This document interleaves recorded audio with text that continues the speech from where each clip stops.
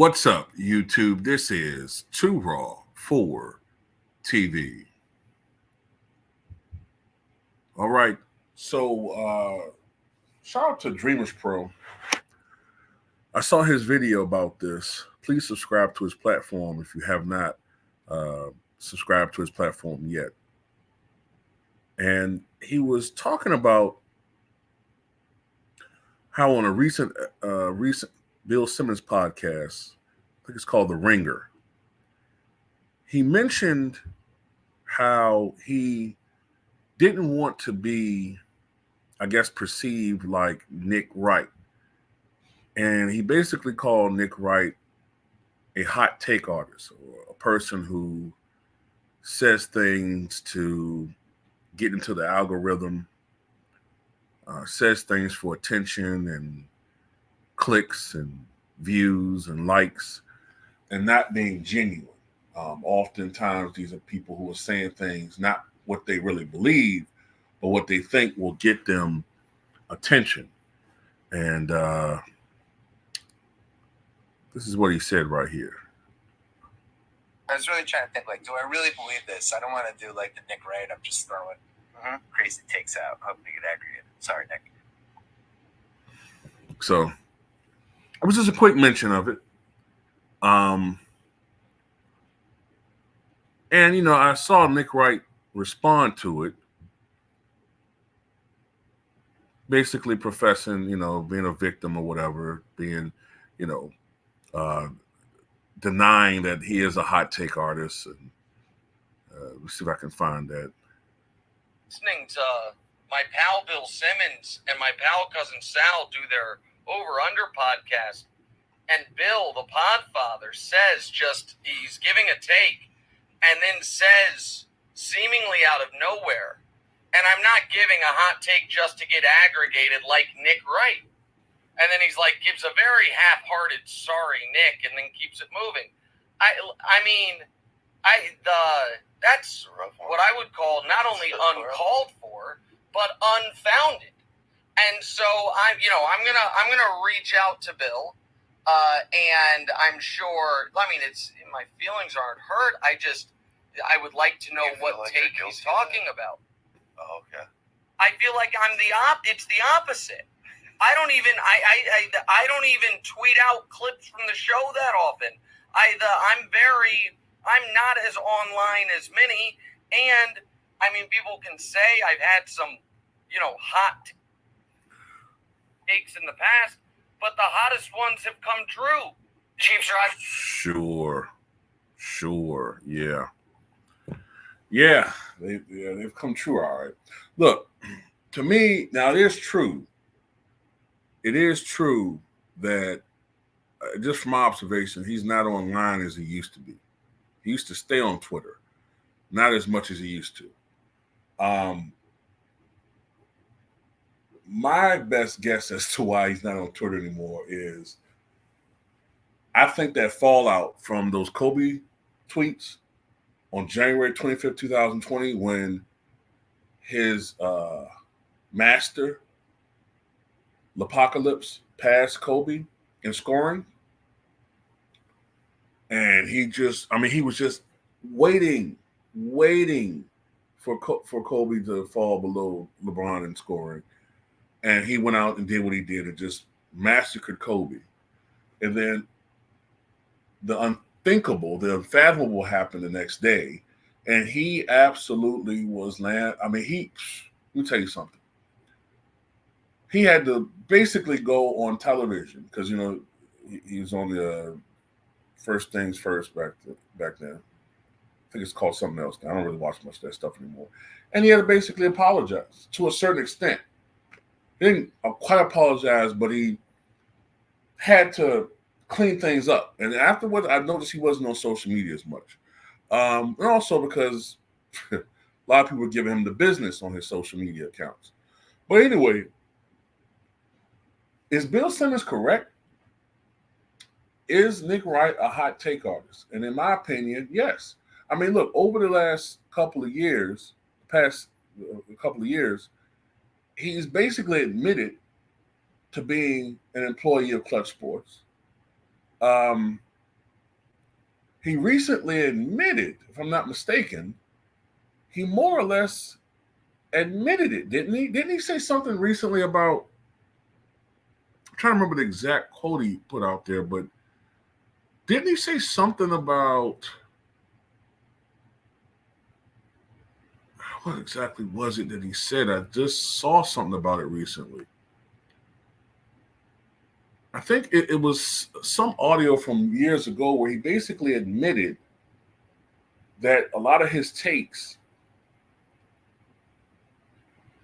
are put out there to draw attention. I thought I remember him saying something to that effect. Maybe I'm a little bit off with that. But I do know that he has a history of saying things that are way out there. Like a couple of years ago, he said that he thought it would be best if the Warriors didn't make the playoffs for some god-awful reason. I don't know the reasoning behind that, because the Warriors have a huge fan base. But I think he said, I remember something about he thought the Warriors shouldn't even make the playoffs. That'll be good for the NBA. Yeah, good for LeBron fans. But this is also a guy that said back in 2020 that the LeBron Caruso two-man team was the most potent in the NBA and the most unbeatable duo in the NBA. Yeah, so unbeatable that they traded him, I think the very next year. This is a guy that constantly makes the most absurd predictions about the Kansas City Chiefs going undefeated and all these other proclamations about Patrick Mahomes. Yeah, Patrick Mahomes is a great quarterback, but my goodness, he still has to do a little bit more to be called the GOAT, but he's already putting them in that stratosphere. And then of course, the LeBron stuff. I think Dreamers Pro said this. This is a guy that said, and Draymond Green seconded, that at no point in time in Kobe's career was he the best player in the NBA, which is absolute bull. Bull. They have this revisionist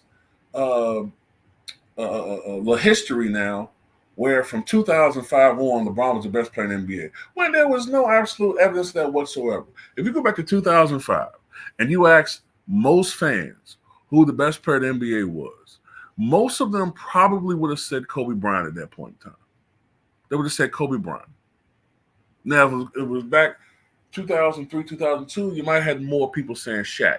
From 2005 to 2013, in my opinion, or 2012-ish, maybe 2012-ish, if you ask most fans who the consensus best player in the NBA was, they will say Kobe Bryant. And then maybe by 2008, 2009, some would have said maybe LeBron's second best player. I think the better argument is, or the better proclamation, I should say, is that there's really been no time when LeBron was the best player in the NBA. Because he came to the NBA in 2003. When he first came to the NBA in 2003, you can make an argument that the best player in the NBA at that time may have still been Shaq, transitioning to Kobe. And then I would say maybe you can make an argument for LeBron in 2012 and 2013. Maybe. But it still was close with Kobe. And then you had Kevin Durant in there in 2014 winning MVP. Then you had Wade in 2009, 2010. He was there. So it was only a little arguable period where you could say it was LeBron. Then from 2015 to 2019, you can make a great argument that the best players in the NBA at that time were Stephen Curry and then Kawhi Leonard. At least they were both in the Western Conference at that particular time, competing with one another until he was banished to Toronto. But LeBron got to beat up on inferior competition, the weakest Eastern Conference since the 1950s.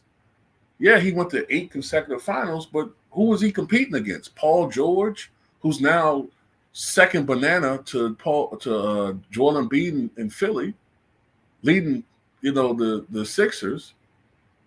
Leading the Pacers back then. You had the Atlanta Hawks, who everybody knew was the weakest 60-win team in recent memory. Nobody gave them a shot at going to the finals. They didn't care how many games they win. That's one thing that Mike Budenholzer will do for you. He'll win your games in the regular season. But then when it comes to playoffs, and making matchups and key adjustments, that's when Budenholzer struggles. And he just didn't have the personnel to stop LeBron James. Then, what's the other teams? You had Toronto with Kyle Lowry and DeMar DeRozan. DeMar DeRozan, he's an improved player, but he's not. Come on, man, But yeah, this is what they do now. And I would throw in Kendrick Perkins to a lesser extent in this situation. What these guys do today is they look at a fan base. They look at a large fan base, and they will purposely put out inflammatory rhetoric, or they'll say something, a hot take that they know is going to piss off people. Most of the times, or a good percentage of the time, they don't even believe what they're saying, or they're putting dubs on it, all for the sake of getting likes, clicks, and views. That's where we're at right now. That's where we're at right now when it comes to social media. It's not about talent. It's not about paying your dues.